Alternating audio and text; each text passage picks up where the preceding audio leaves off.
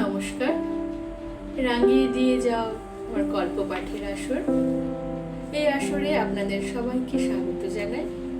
আজকের আসরে আছে আমারই লেখা গল্প নৃত্যেরই তালে তালে। দোলন চাপাগঞ্জ। লোকে বলে একটা সময় এখানে সারি সারি দোলন চাপা গাছ ছিল। সাদা হয়ে থাকতো ফুলে ফুলে চারদিক, আর গন্ধে ভরে যেত। এখন এত গাছ না থাকলেও কিছুটা আছে। অলকার চেনা প্রায় সব বাড়িতেই অন্তত 2-3টে গাছ আছে। ওর বাড়িতেও আছে। খোলা জানালার পাশে বসে আছে অলকা। বিকেলের হাওয়ায় দুলছে গাছগুলো, পাতারা, ফুলেরা, অলকার স্মৃতিরাও। এখানটায় বসে অলকা রাঙাতো নিজের ভেতরের ক্যানভাস।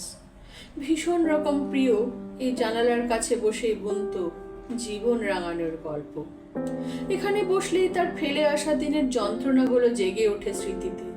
একটা সময় ভাবতে লেগেছিল, জন্ম আর জীবনই যদি তার বিপক্ষে দাঁড়ায়, তাহলে লড়াইটা করবে কেমন করে? কি তার অপরাধ? তার জন্ম, তার সমাজ, তার আত্মীয় মহল সবাই কেন তার বিপক্ষে? কি এমন তার অপরাধ? পড়াশোনা সে মোটামুটি ভালোই তো ছিল, খুব দুঃখর নয়, তবে ভালো নাচতো, ছবিও আঁকতো। একটু একটু সেই ছোটবেলা থেকেই তাই স্বপ্ন বুনতে শুরু করেছেন অনেক বড় শিল্পী হওয়ার। বাড়ির টিনের চালে আর উঠোনে যখন টুপটাপ থেকে ঝমঝম হয়ে উঠত বৃষ্টি, অলকা লুকিয়ে লুকিয়ে মায়ের শাড়ি পরে আয়নার সামনে দাঁড়াতো, পা দুটো আপনি নেচে উঠত। প্রথমবার সরাসরি ভারতনাট্যম দেখেছিল 8 বছর বয়সে, পাড়ার একটা কালচারাল প্রোগ্রামে। সেদিন মঞ্চে যিনি নাচছিলেন, তার চোখ, হাত, পা সবকিছু কেমন কথা বলছিল। ঠিক সেদিনই অলকা ঠিক করেছিল ও একদিন এমন করেই বলবে তার গল্প। তারপর একটু বড় হয়ে শুরু করে কঠিন অনুশীলন। আঙ্গুলের প্রতিটি মুদ্রা নিখুঁত করায় অক্লান্ত পরিশ্রম। পায়ের তাল ঠোকা যতটা আনন্দের হয়ে ওঠে, ততটা যন্ত্রণারও। ভরতনাট্যমের পাশাপাশি অনেক অনেক নাচ ও নিজেই শিখতে শুরু করে। নাচকেও ভালোবাসে অভিনয়। চোখ, মুখ, ভঙ্গিমা দিয়ে চরিত্র ফুটিয়ে তোলে সে নিখুঁত। টিফিনের পয়সা জমিয়ে জমিয়ে প্রিয় বন্ধু রজতাভকে দিয়েছিল। ওর দিদি ভালো নাচ করত, ওর দিদিকে দিয়েই ঘুঙুর আনানো।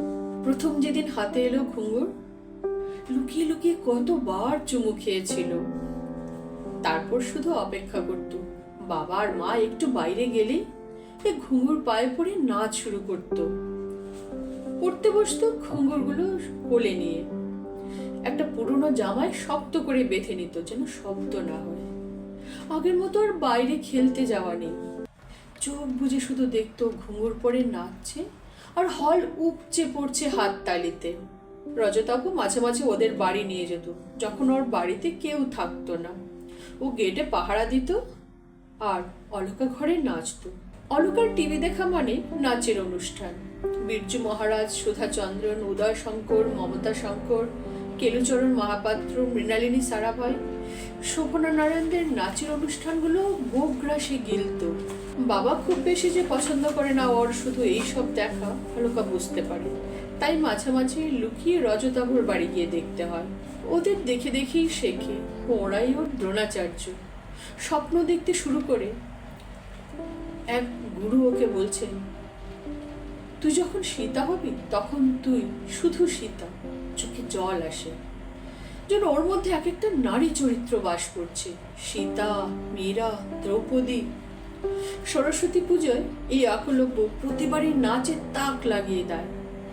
কিন্তু ক্লাস 9-এ ওঠার পর স্কুলের কেউ কেউ আপত্তি জানাতে শুরু করলো। জোর করার সাহস খুঁজে পায়নি অলকা। তাই খুব মন খারাপ নিয়ে সেদিন স্কুলে গিয়েছিল। সেই প্রথম দেখলো আস্তে আস্তে কেমন করে বদলে যায় চেনা চারপাশ। ওর নিজের পৃথিবী থেকে ও যেন আলাদা ছিটকে পড়ছে। নিজস্ব পৃথিবীর আলিঙ্গন খুলে যাচ্ছে। বাবা অজিতেশ চৌধুরী দোলন চাপাগঞ্জেই সরকারি অফিসের ক্লার্ক। সততা আর পরিশ্রমী তার জীবনের মন্ত্র। অলকাকে খুব আদর করতেন সব বাবাদের মতো। অনেক বড় হওয়ার পরও বাবার কোলে করে স্কুলে যেত অলকা। কিন্তু আজকাল টের পায় ওদের সম্পর্ক কেমন যেন খসখসে হয়ে যাচ্ছে, দূরত্ব তৈরি হচ্ছে।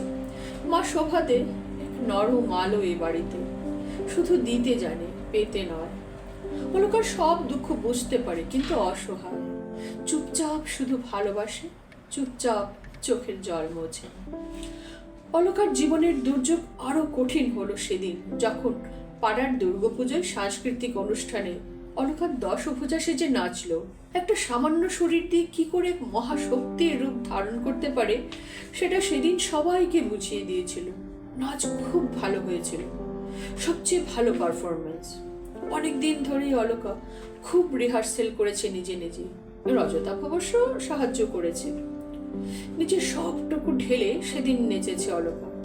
নিজেরই খুব ভালো লেগেছিল। স্টেজে ওঠার ঠিক আগে ওর হাত পা ঠান্ডা হয়ে যাচ্ছিল, কিন্তু মিউজিক শুরু হতেই আর আলো জ্বলতেই ও যেন আর কেউ নয়, এক নিঃশব্দ আগুন, এক অব্যক্ত গল্প হয়ে ওঠে। অনেক দিনের পরিশ্রম আর সাধনা সেদিন পেয়েছে এত বড় মঞ্চ, পেয়েছে আলো, হল ভরা লোক যাদেরও ছোটবেলা থেকে চেনে, কিন্তু ওরা এত ভালো নৃত্যশিল্পী হিসাবেই প্রথম দেখলো। ভেতরে যেন দশভুজার শক্তি এসে গিয়েছিল। মুখে ভেসে উঠেছিল এক অনন্য আলোর আভা, ভালোবাসার প্রতিচ্ছবি। কিন্তু মঞ্চ থেকে নামার পরই সব আলো নিভে গেল মুহূর্তে। পাড়ার কিছু বয়স্ক মানুষ যাদের এতদিনও কাকা, জেঠু, কাকি, জেঠি, দাদা বলেই জানতো, ওরাই নাকি খুব রেগে গেছে। বলছে এটা নাকি মহা অপবিত্রতা, দেবীর রূপ ধারণ করে নাচাটা ওর মোটেই উচিত হয়নি। অলকার কানে কোনো শব্দ যায়নি, কানে বুকে আগুন ঢেলেছিল সেই রাত। কান্না ভেজা চোখ মুছতে মুছতে মাথা নিচু করে বেরিয়ে এসেছিল হল থেকে। বালিশে মুখ বুজে সারা রাত কেঁদেছিল। শোভা মাঝে মাঝে এসে ওর মাথায় হাত বুলিয়ে দিয়েছে। অজিত এসে কয়েকবার এসে ঘুরে গেছে। সেই নিকোষ কালো রাতটা কেটেছে সবার নির্ঘুম, খাওয়াও হয়নি। পরদিন সকালে অজিতের সিদ্ধান্ত নিল অলকাকে শহরে পাঠিয়ে দেবে। অজিতেশের মাসের বাড়ি। ওর বিমলা মাসি আর নীলাঞ্জন মেশো নিঃসন্তান, অজিতেশকে ছেলের মতোই ভালোবাসে। অলকারই দোলনচাপা গঞ্জ ছেড়ে বাবা মাকে ছেড়ে যাওয়ার কথাটা কষ্ট দিলেও দূরে যাওয়ার একটা আনন্দ ওকে জাগিয়ে রাখলো। খুব দেরি হলো না। 2 দিন পর অজিতেশ আর শোভা অলকাকে নিয়ে রাতের ট্রেনে পাড়ি দিল শহরে। রাঙাদা দুজনই অলকার খুব প্রিয়, তাই এখানে এসে ওর ভালোই লাগছে। আরো ভালো লাগছে কারণ এখানে সবই নতুন, স্কুল, বাড়ি, রাস্তা, বন্ধু, সব। অলকা কিছুটা স্বস্তি পেল। সেই কথাগুলো আর শুনতে হবে না যা ওকে পুড়িয়ে দেয়, ওর বুকে আগুন জ্বালায়।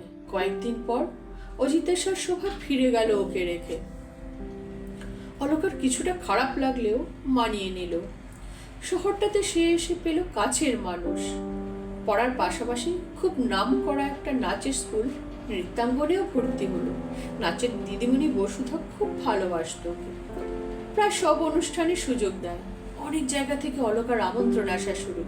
খুব তাড়াতাড়ি নাচের মন জয় করে নিল বহু মানুষের। সবার ভালোবাসা পেতে শুরু করলো, পেল ছায়া, মানচিত্র বড় হতে লাগলো। পড়াও নাচের পাশাপাশি প্রায়োরিটিতে এলো ট্রিটমেন্ট।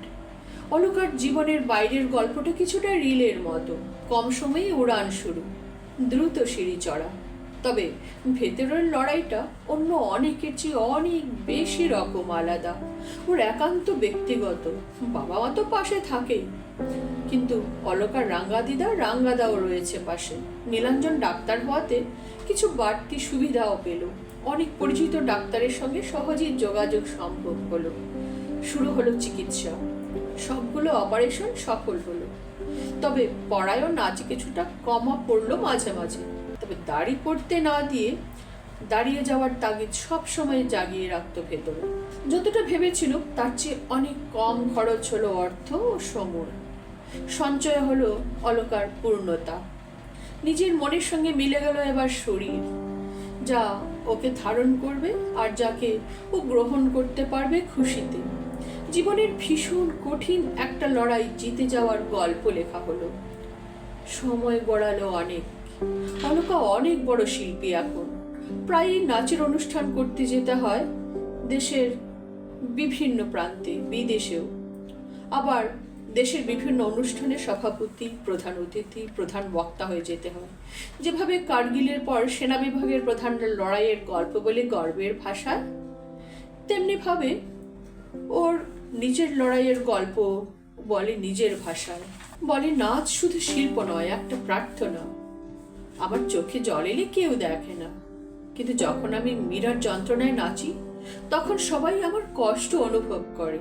নাচ আমার ভাষা, আমার প্রতিবাদ, আমার প্রেম, আমার ভাঙা মন, আমার আনন্দ। নাচ ছাড়া আমি অসম্পূর্ণ। নিচেও ঘেমে যায়, কিন্তু ক্লান্ত হয় না ও এতটুকু। ও জানে গল্প শুধু ওর নয়, ওর মতো অনেক অলকা আছে, অনেক অলোক আছে এই পৃথিবীতে ওর মতোই, যাদের মন আর শরীর পুরো ভিন্ন। অলকার প্যাশন আর প্রফেশন দুটোই এখন নাচ। খুব ব্যস্ততায় কাটে দিন রাত, সপ্তাহ মাস। তবে নিয়ম করে বাড়িতে কল করে দিনে একবার অন্তত মায়ের সঙ্গে কথা বলে। বাবার সঙ্গে রোজ না হলেও সপ্তাহে দুবার। বাবার বাকি খবর মায়ের কাছেই জেনে নেয়। সব ব্যস্ততার মধ্যেও দোলন চাপাগঞ্জের পুরনো জানালাটা নিয়ম করে উকি দেয় ভেতরে। বাবা মায়ের বয়সের কথা ভেবে বাড়ি রেনোভেশন করিয়েছে প্রায় জোর করে, তবে যতটা সম্ভব ওই জানালার জায়গাটা তেমন ভাঙচুর না করে। মায়ের অসুস্থতার খবর পেয়ে অলকা ছুটে এসেছে দোলন চাপাগঞ্জ। অজিতের সভাকে মাঝে মাঝেই ডেকে নেয় অলকা নিজের কাছে। ওদের বিদেশও নিয়ে গেছে। দোলন চাপাগঞ্জ তাই খুব কমই আসে অলকা, এড়িয়ে যায়। এত বছরে হাতে গুনে 3 বার আসা। ওর সবচেয়ে বড় শক্তি এখন বিছানায়, তাই ছুটে আসতে একদিনও দেরি করেনি। তবে আজ সভা অনেকটা ভালো। ডাক্তার বলেছে চিন্তার কিছু নেই। কয়েকটা দিন একটু রেস্ট আর ওষুধগুলো নিয়ম করে খেলেই ঠিক হয়ে যাবে। আজ তাই অলকার দোলন চাপাগঞ্জের সকালের নরম রোদটা খুব উজ্জ্বল লাগছে, ঠিক যেন দোলন চাপা। সদ্য ফোটা দোলন চাপার গন্ধ ভরে গেছে ঘরও। অলকা আইপ্যাডে গান চালিয়ে জানালার কাছে বসে আছে। হঠাৎ দরজায় বেল। অজিতের স্নানে। হেল্প নমিতাও চলে গেছে, অতএব দরজা অলকাকেই খুলতে হলো। সবচেয়ে অপছন্দের কাজটা তাড়াতাড়ি করে নিল, নইলে শোভা উঠে আসবে এই শরীরে। সবাইকে চিনতে পারিনি অলকা, তবে কয়েকজনকে চিনেছে। 2 জন আছে যারা একদিন হেসেছিল ওকে নিয়ে। একজন যে পুজো ফাংশনে রাগারাগি করেছিল, আজ অলকাকে হাত জোর করে নমস্কার করলো। আমন্ত্রণ জানাতে এসেছে। পুজোর ফাংশনে ওকে নাচতে হবে। শুধু তাই নয়, ওদের ছেলে মেয়েদের জন্য একটা নাচের ওয়ার্কশপ করতে হবে। ওরাই সব ব্যবস্থা করবে, গাড়ি এসে নিয়ে যাবে, পৌঁছে যাবে। ওর কি ডিমান্ড তাও জানতে চাইল অনুনয় করে। অলকার এসবে মন নেই। ওদের মুখের দিকে তাকিয়ে রইল শুধু। সব কথা শুনতে পারল না। স্মৃতিতে ভেসে উঠল অলোক থেকে অলকা হওয়ার লড়াইটা। আবার মানুষের ভালোবাসা, প্রেম, শ্রদ্ধা আর সহানুভূতির ছবিও, যা ওর এই জীবনের সঞ্চয়। টেবিল থেকে আমন্ত্রণ পত্রটা তুলে মা দুর্গার ছবির দিকে তাকে ভাবতে লাগলো, ওর মতো অনেকেই আছে যারা সবাই পারবে তো নিজের রং নিজের মতো করে ছড়াতে। অলকা ওদের পাশে দাঁড়াতে চায়, সবাইকে যেন বোঝাতে পারে মা দুর্গা অশুভ শক্তিকে দমন করেন। তিনি কেন স্বাধীনভাবে কেউ বাঁচতে চাইলে রাগ করবেন? জল নিয়ে আসার অজুহাতে চশমাটা নামিয়ে চোখ মুছতে মুছতে ভেতরে যাওয়ার সময় দেখলো করিডোরে অজিতের চশমা নামিয়ে চোখ মুছে আবার চশমাটা পরে নিল। অলকা বাবার চোখে দেখলো একটা ন্যায় যুদ্ধ জেতার আনন্দ। ওর এতদিনের সব জমানো কষ্ট, সব অপমান, একাধিক অস্ত্রোপচারের সব যন্ত্রণা উবে গেল। পুজো পুজো গন্ধে ভরে উঠল চারদিক। নমস্কার।